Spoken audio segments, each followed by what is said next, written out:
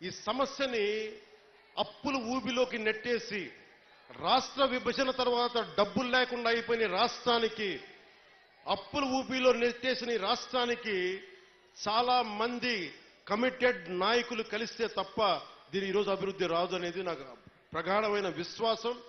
ఆ విశ్వాసం, ఆ నమ్మకం చాలా పదే పదే చెప్తాం. మనకి వర్మ గారు కూడా ఉన్నారు.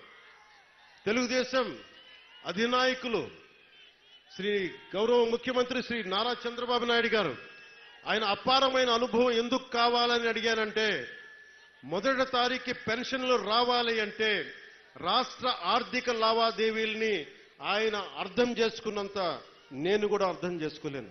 ఆయన సమర్థత కావాలి, ఆయన అనుభవం కావాలి. ఆయన్ని మేమందరం కలిపి వచ్చినందుకే ఆయన అనుభవమే ఈ రోజున మొదటి తారీఖు నేను గెలిపించగలిగాను, అందరినీ ముందుకు తీసుకురాగలిగా. అడ్మినిస్ట్రేటివ్ ఎక్స్పీరియన్స్ గౌరవ ముఖ్యమంత్రి శ్రీ నారా చంద్రబాబు నాయుడు గారికి ఉండటం, ఆయన దక్షత. మొదటి రోజు అందరికీ ఒక్క విలేజ్ వాలంటీర్ సహాయం లేకుండా, ఇది ఒక్క విలేజ్ వాలంటీర్స్ లేకపోతే మేము పథకాలు రావని చెప్పారు. మొత్తం ప్రభుత్వ శాఖనే వాడారు, అందరూ గ్రామ సచివాలయాలనే వాడారు. ఒక్కొక్క సచివాలయం నుంచి 10 మంది. మొత్తం తూర్పుగోదావరి జిల్లా, కాకినాడ జిల్లా నుంచి దాదాపు ఉన్న అన్ని సచివాలయం కొన్ని వేలాది మందిని కదిలించి ఒక్క పొద్దున 6 గంటలకు మొదలు పెడితే సాయంత్రం అయిపోయింది, మిగిలిన నెక్స్ట్ డే ఇచ్చేశారు. ఇలాంటి అనుభవం కావాలి. నా దగ్గరే ఉంది, చంద్రబాబు గారి దగ్గర అపారమైన అనుభవం ఉంది. నేను మనుషుల్ని కదపగలను, కలపగలను. అది ఒక అన్యాయం జరిగితే నేను గొంతెత్తి మీ పక్షాన పోరాటం చేయగలను. నేను నేర్చుకుంటాను. ఈ రోజున మొన్న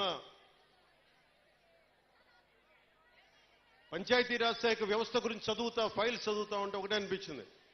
శుభ్రంగా చిన్నప్పుడు డిగ్రీ పోస్ట్ గ్రాడ్యుయేషన్ చేసి చదివే తప్పుండేది కాదు అనుకున్నాను. అన్ని ఫైల్స్ చదువుతున్నాను రోజుకి.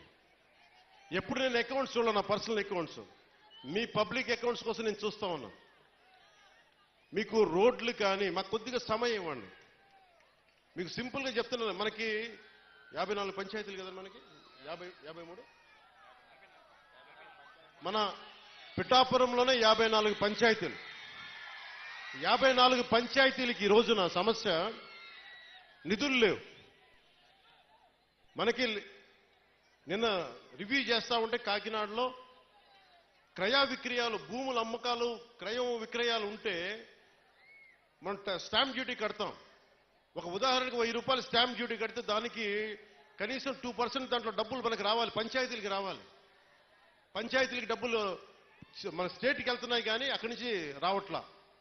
అందుకే పంచాయతీలో నిధులు మనకి కులాలకి ఏదైనా కావాలన్నా నిధులు లేవు.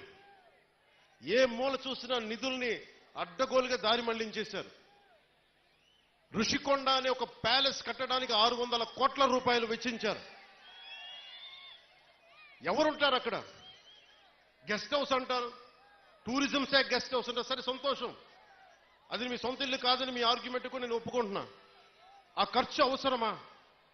అదే ఖర్చు కనుక కనీసం ఒక 25 కోట్లు ఈ రోజున పిఠాపురం కానీ ఏ నియోజకవర్గంకి ఇచ్చినా రోడ్ల సమస్య తీరిపోయేది, నీటి సమస్య తీరిపోయేది. డబ్బుని ఎలా ఖర్చు పెడతాం? మీ ఇష్టారాజ్యంగా ఖర్చు పెట్టేస్తారా డబ్బు? 30 లక్షలతో ఎవడన్నా సరే బాత్టబ్ పెట్టుకుంటాడు, ఎవడన్నా నేనే పెట్టుకున్నాయని. ఇన్ని కోట్లు సంపాదించేవాడు నేనే పెట్టుకోను.